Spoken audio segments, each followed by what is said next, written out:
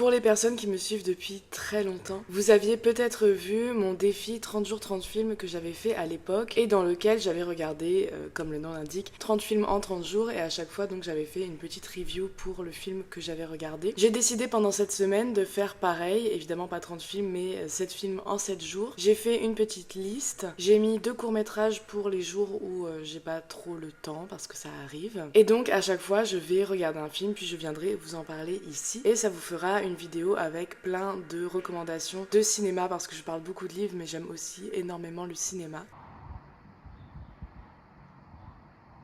Pour ce premier jour, j'ai regardé The Bones, qui est un court-métrage de 14 minutes qui est disponible sur Mubi. C'est du stop motion et ça raconte l'histoire d'une femme qui décide de ressusciter deux personnages du paysage politique espagnol. J'ai beaucoup aimé la manière dont c'était fait, donc le stop motion, le fait qu'on avait une forme de mixed média parce qu'il y a de la peinture, de la sculpture, des objets qui sont utilisés tels quels, c'était hyper intéressant. Surtout ce que j'ai aimé, c'est toutes les questions que ça posait en fait sur la nature humaine parce que donc elle va ressusciter ces deux hommes et le film nous fait nous demander à quel moment est-ce qu'un être humain finalement est un être humain et à quel moment est-ce que l'humanité disparaît de cet être ou de ce corps. Elle les ressuscite et au début il n'y a que leur tête en fait qui est vivante. Est-ce qu'on est un être humain quand on est complètement démembré ou scattered in pieces? Est-ce qu'on est un être humain quand nos membres ne sont pas recousus au bon endroit? Donc quand on a un bras à la place de la tête, quand on a une jambe à la place du bras. Est-ce que l'être humain devient humain quand tous ses membres sont rangés correctement? Est-ce qu'il est humain quand il lui manque des membres?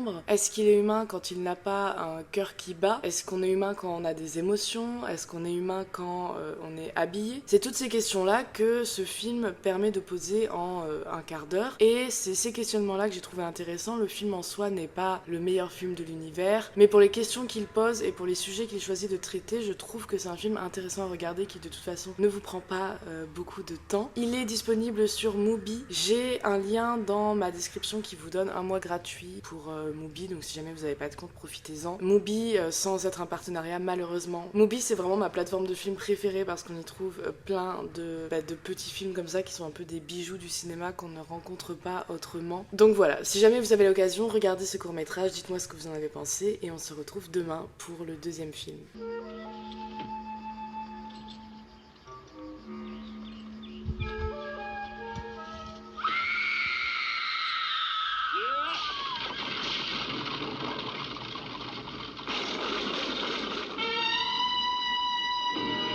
Je viens de voir Lust for a Vampire, qui est un film d'horreur de 1971 et qui en fait est une adaptation assez libre de Carmilla. Alors si vous me connaissez, vous savez que de 1, j'adore les histoires de vampires, de 2, Carmilla est la meilleure histoire de vampire en littérature et donc je suis prête à regarder n'importe quel film qui est une adaptation de Carmilla ou même n'importe quel film très mauvais qui parle de vampires parce que c'est toujours une esthétique que j'aime trop. Et bref, chacun son truc. Moi clairement j'ai grandi avec Twilight et Journal d'un vampire, donc je n'aime que ça, les histoires de vampires. Carmilla, en plus, c'est une histoire dans laquelle le vampire est une femme, ce qui change un peu de ce qu'on peut lire habituellement dans ce qui est le plus accessible en termes d'histoire de vampire. C'est une femme qui a des victimes féminine et masculine, donc c'est encore plus cool. Et dans ce film-là, c'est une adaptation dans le sens où on ne raconte pas la même histoire, par contre c'est le même personnage des années plus tard qui continue donc d'opérer tout simplement. Si vous avez du mal avec les films d'horreur ou que ça vous fait peur ou quoi, normal, je vous conseille vraiment de regarder les vieux films d'horreur, donc des années 70, 80, voire 90. Moi, c'est un peu les seuls films d'horreur que je regarde. J'en regarde parfois des récents, mais le problème c'est qu'ils sont trop bien faits, donc je trouve que ça fait peur. Alors que les vieux films d'horreur avec leurs effets spéciaux pétés, qui sont vraiment les effets les plus nuls que vous avez vus de votre vie, vous ne pouvez pas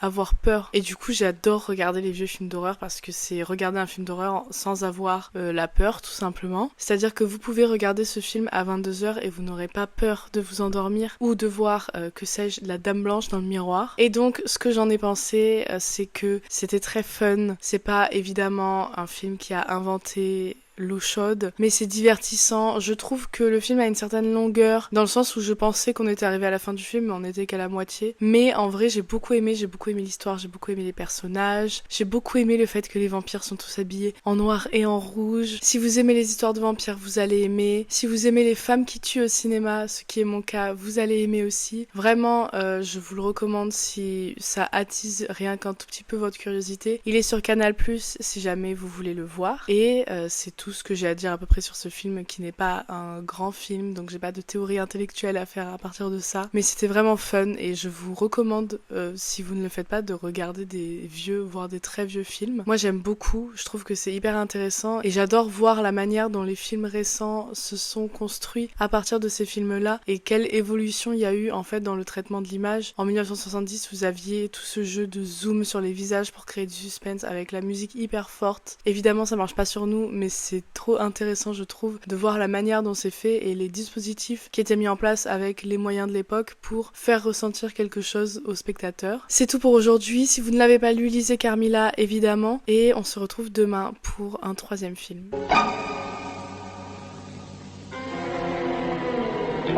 Jour 3, j'ai regardé La Planète Sauvage, qui est un film d'animation français de René Laloux, je crois. C'est un film qui commence avec un garçon humain qui se fait kidnapper par des créatures qui vivent sur une planète extraterrestre pour être adopté par justement une de ses familles et être finalement dans la position de l'animal de compagnie. C'est un film qui porte tout un discours du coup sur la manière dont les humains traitent les animaux en transposant ça, donc en mettant l'humain à la place de l'animal, de la victime. Et donc vous avez une séparation entre les hommes sauvages, les hommes domestiques et les différentes manières dont ils sont traités, même si ils sont toujours finalement ramenés à ce statut d'infériorité comme les animaux aujourd'hui. Ce qu'on peut noter d'intéressant dans ce film, c'est la manière dont la répétition de la violence est montrée, parce que les hommes sont domestiqués par les créatures extraterrestres, mais qu'ensuite quand on entre un peu dans la société des hommes, on se rend compte que eux-mêmes traitent les animaux plus petits qu'eux de la même manière que les extraterrestres les traitent eux. Et donc on a tout ce cycle en fait qui se met en place de domination, qui montre que les jeux de pouvoir et de domination, c'est jamais un groupe qui domine un autre groupe, mais c'est un groupe qui en domine un autre, qui en domine un autre, qui en domine un autre. Et donc finalement chaque peuple, sauf celui a priori qui est tout en haut, est un peuple à la fois dominé et dominant. C'est un propos qu'on peut rapprocher de plein d'aspects de notre société actuelle, je vais pas rentrer dedans, mais c'est une question de rapport de domination qui est applicable à plein de sphères différentes et pas seulement la sphère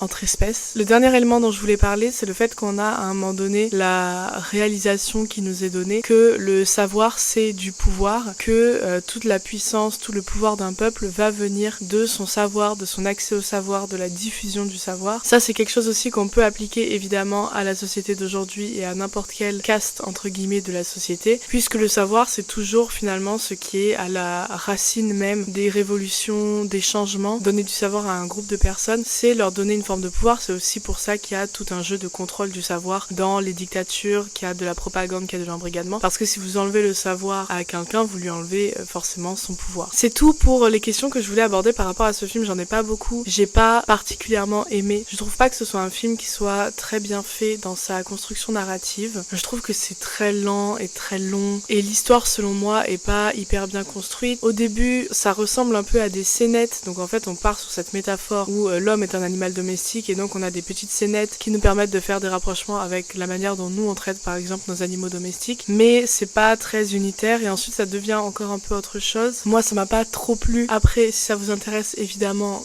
regardez-le. Il est sur Mubi si jamais vous voulez le voir. Je sais que c'est un film que beaucoup de gens ont vu quand ils étaient enfants et que ça les a traumatisés, ce que je peux comprendre. Mais voilà, c'est assez intéressant sur les questions que ça pose, mais pour moi c'est pas non plus un film que je re-regarderai, ni un film que je recommanderai particulièrement. Je trouve qu'on reste à un niveau très de surface et que oui, bon, la métaphore est intéressante, mais peut-être qu'on aurait pu la tisser autrement. Peut-être qu'il y avait une histoire à faire à partir de ça, ou alors qu'il fallait se cantonner finalement à juste en faire un court-métrage. Donc voilà, c'est tout pour aujourd'hui, je vais aller nager et on se retrouve demain.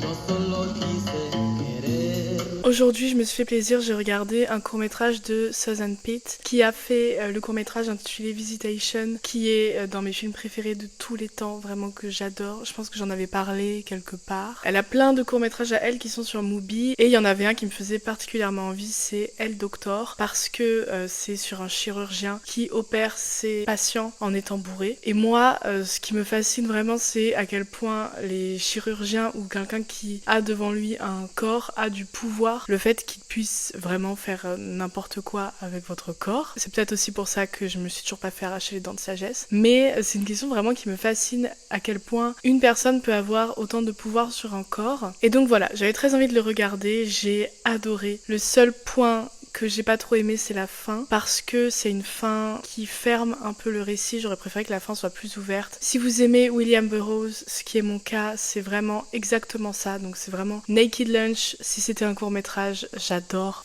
mais je pense que vous comprenez pas à quel point j'adore. C'est vraiment tout ce que j'aime en littérature, en cinéma, en art en général. C'est cette question de la réalité perçue, des hallucinations, de la manière dont on s'approprie en fait le monde. Et ça dit aussi quelque chose de la nécessité de lâcher prise en fait sur notre vision du monde, d'accepter le monde tel qu'il est dans son absurdité, plutôt que Camus qui disait que la seule réaction viable à l'absurde c'est la révolte. Je pense personnellement, et c'est ce que je trouve dans tous les livres et dans tous les films que j'aime, je pense que la vraie solution à l'absurde, c'est tout simplement de se laisser porter par l'absurde, par ce qui semble totalement impossible. C'est d'accepter que le monde soit incompréhensible, c'est d'accepter que rien ne fait sens et qu'il n'y a pas de justice en soi, dans la nature, et d'accepter parfois de voir des choses qui ne font vraiment aucun sens, mais qui ont une beauté intégrante et qui font partie en fait de la beauté en général du monde. C'est tout ça que j'ai vu dans Elle Doctor et c'est pour ça que j'ai adoré ce film. Je vous le recommande vraiment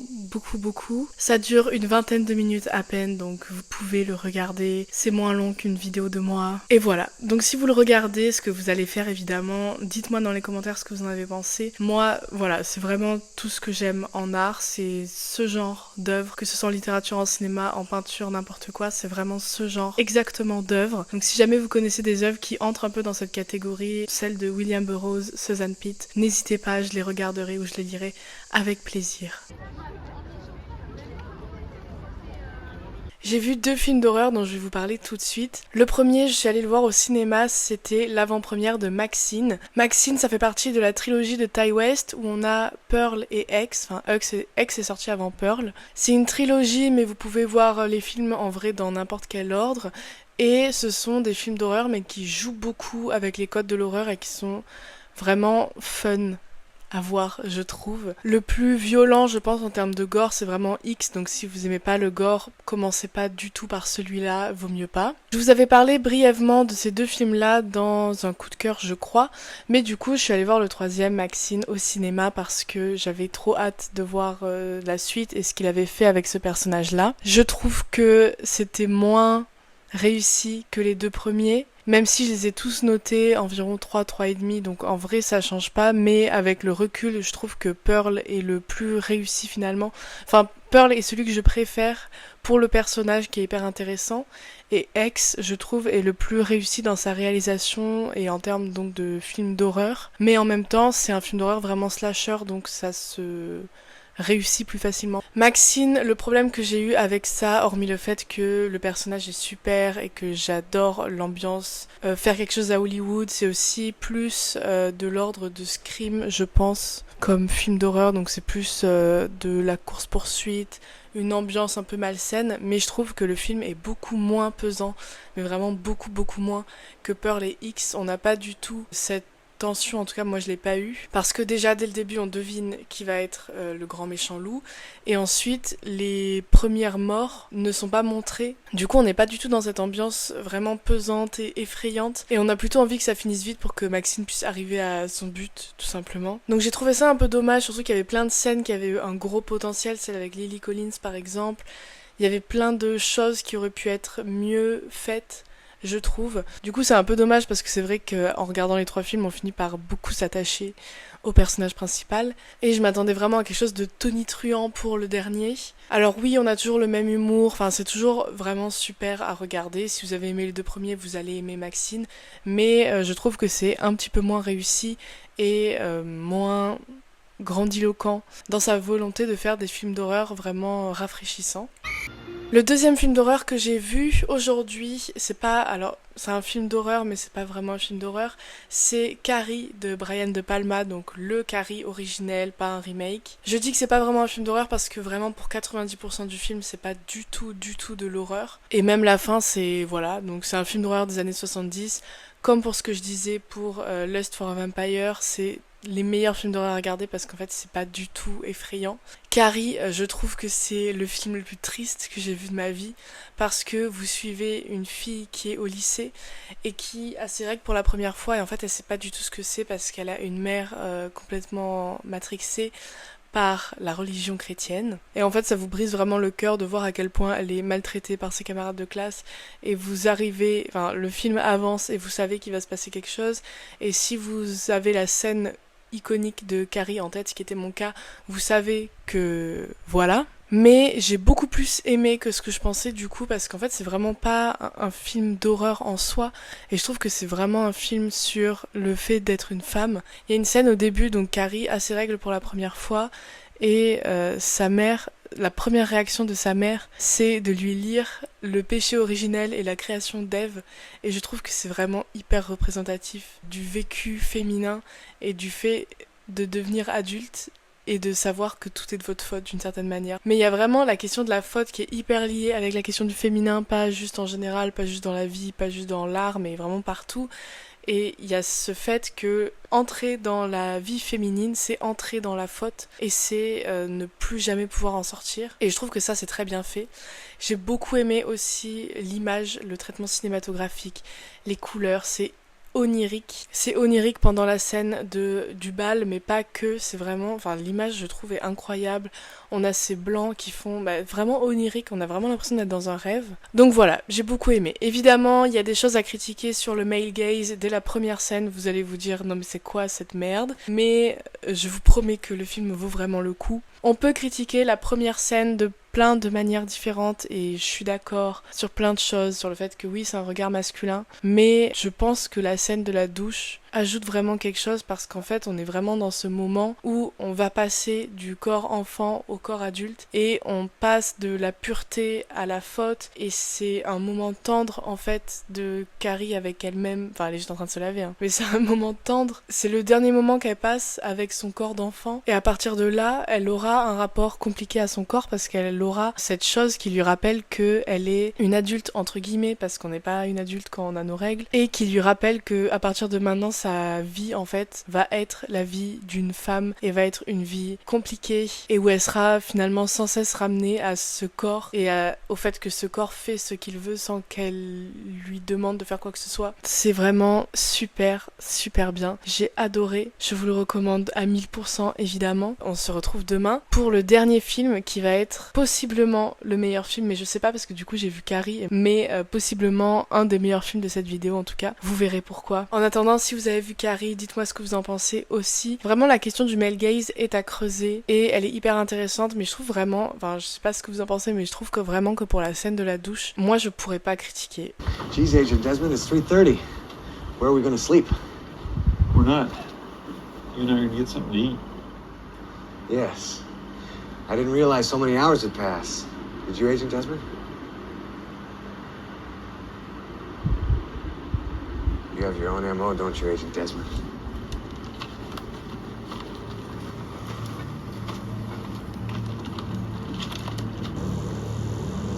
Comme promis, le dernier film était trop génial puisque j'ai regardé un film de David Lynch qui est, je pense, mon réalisateur préféré. J'ai enfin regardé un film que je voulais voir depuis très longtemps, c'est Twin Peaks The Missing Pieces. Donc si vous connaissez pas Twin Peaks, en gros à la base c'est une série de David Lynch, donc il y a 2 saisons qui sont sorties. Ensuite il a fait un film Twin Peaks Firewalk With Me, dont j'avais parlé dans un de mes coups de cœur et qui est un de mes films préférés de tous les temps. Et avant de regarder la nouvelle saison de Twin Peaks, enfin la plus récente, qui est pas nouvelle mais qui est très récente, je voulais regarder The Missing Pieces, donc en fait c'est un film qu'il a fait à partir des scènes coupées de Fire Walk With Me, et ça permet de voir d'autres points de vue un peu sur l'histoire du film. Sans surprise, j'ai trouvé ça génial parce que j'adore tout ce que fait David Lynch. J'ai beaucoup aimé voir ce qui se passait entre les scènes du film, ce qui se passait en même temps, tout ce qu'on n'avait pas vu en fait tout simplement dans le premier film. J'adore l'univers de David Lynch, pour moi c'est vraiment ça précisément les œuvres d'art qui me plaisent. Donc quand j'écris une histoire ou n'importe quoi, si c'est pas lynchien, ça sert à rien. C'est vraiment exactement cette esthétique et ces thèmes et cette manière de les traiter que je trouve